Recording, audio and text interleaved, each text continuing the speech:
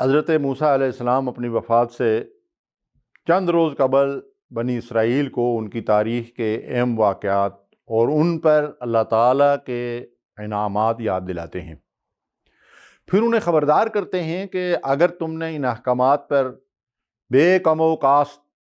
عمل کیا تو اللہ تمہیں مزید نعمتوں سے نوازے گا، اور اگر تم نے تورات کے احکامات کو پس پشت ڈال کر اللہ کی نافرمانیاں شروع کر دیں تو پھر تمہاری مہلت عمل بھی ختم کر دی جائے گی اور تمہیں دنیا کے لیے عبرت کا نشان بھی بنا دیا جائے گا۔ ذرا اس موسیٰ علیہ السلام کی وصیت کے الفاظ پہ آپ غور کریں تو بنی اسرائیل کے ساتھ فی الواقع یہی ہوا کہ انہوں نے اللہ کے احکامات کو، تورات کی ہدایات کو، تعلیمات کو پس پشت ڈال دیا، اور پھر ان کی جو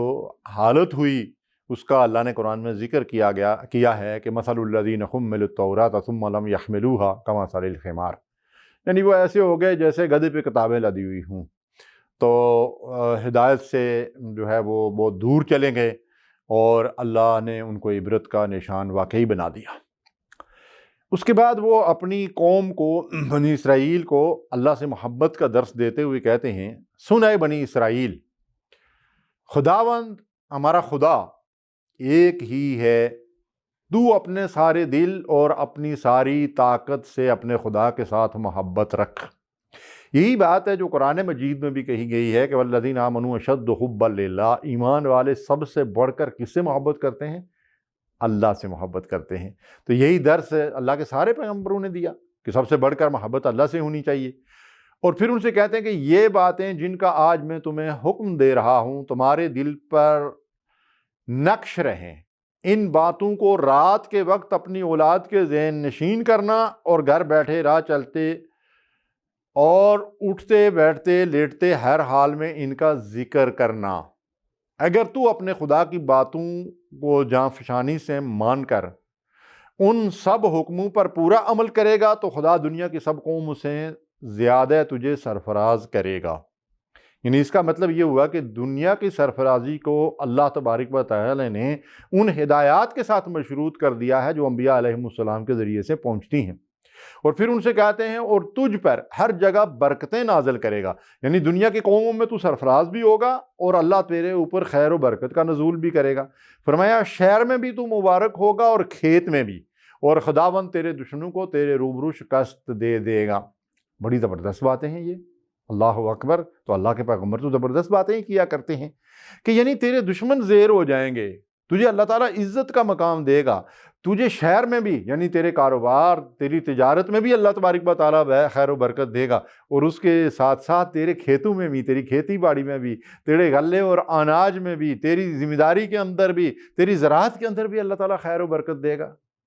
وَلَوْ أَنَّ أَهْلَ الْقُرَىٰ آمَنُوا وَاتَّقَوْا لَفَتَحْنَا عَلَيْهِمْ بَرَكَاتٍ مِّنَ السَّمَاءِ وَالْأَرْضِ۔ اللہ نے قرآن میں بھی یہی اعلان کیا جو موسیٰ علیہ السلام بنی اسرائیل سے کہہ رہے ہیں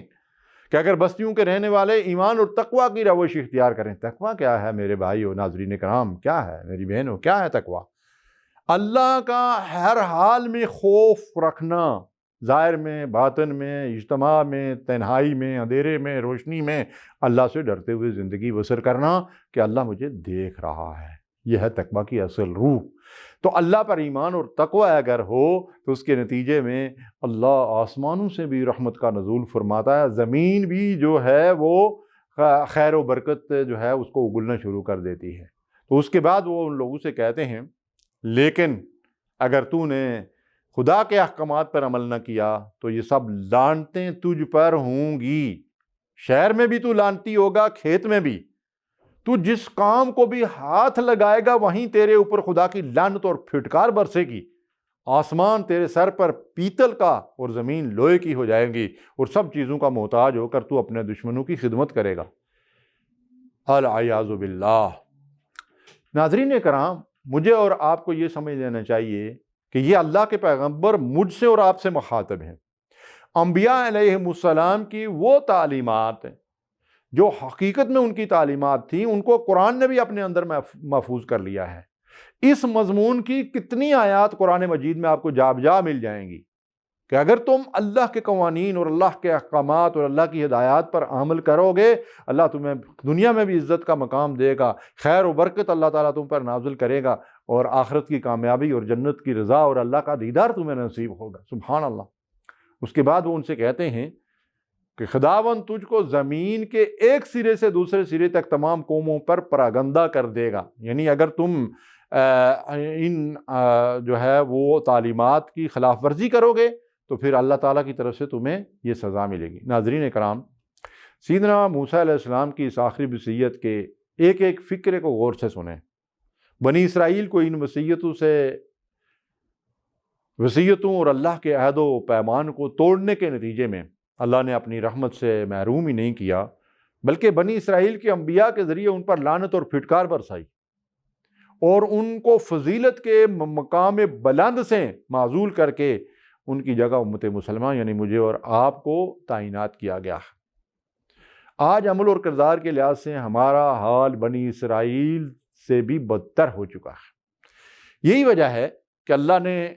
ہمیں ہر طرح کی خیر و برکت سے بھی محروم کر دیا ہے، الا ماشاء اللہ۔ ہماری دعائیں اور التجائیں بھی قبول نہیں ہو رہی ہیں، اور دنیا میں ہمارا کوئی مقام اور ہماری کوئی قدر و قیمت نہیں ہے۔ ہم ہر جگہ ذلیل اور رسوا ہو رہے ہیں۔ جی، ایک ارشاد مبارک امام الانبیاء محمد رسول اللہ صلی اللہ علیہ وسلم کا بھی سن لیجئے، مسند احمد کی روایت ہے۔ اللہ کے نبی صلی اللہ علیہ وسلم نے فرمایا، اے اہل قریش، تم اس وقت تک اللہ کے لطف و کرم کے مستحق رہو گے جب تک اللہ کی نافرمانی نہ کرو گے، اور جب تم گناہ کی زندگی پر اتر آؤ گے تو وہ تم پر ان لوگوں کو بھیجے گا جو تمہاری کھال ادھیڑ ڈالیں گے، جیسے اس شاخ کی چھال چھیل دی جاتی ہے۔ آپ صلی اللہ علیہ وسلم کے دست مبارک میں ایک ایسی شاخ تھی جسے چھیل کر آپ صلی اللہ علیہ وسلم نے بتایا۔ کتنا خوفناک منظر ہے، لیکن کیا ہماری تاریخ اس بات پہ شاہد نہیں ہے کہ اللہ کے رسول صلی اللہ علیہ وسلم کا یہ فرمان حرف بہ حرف پورا ہوا؟ وہ قریش جن کو اللہ نے اتنا عزت کا مقام دیا تھا، وہ خیر امت بنے، جی، ان کو بہت اچھے اچھے اعزازات ملے، دنیا کی امامت کا سہرا اللہ نے ان کے سر پہ باندھا اور یہ تاج ان کو پہنایا، اور کتنے طویل عرصے تک وہ دنیا کی رہبری اور رہنمائی کرتے رہے۔ لیکن جب رسول اللہ صلی اللہ علیہ وسلم کی تعلیمات سے انہوں نے بغاوت کی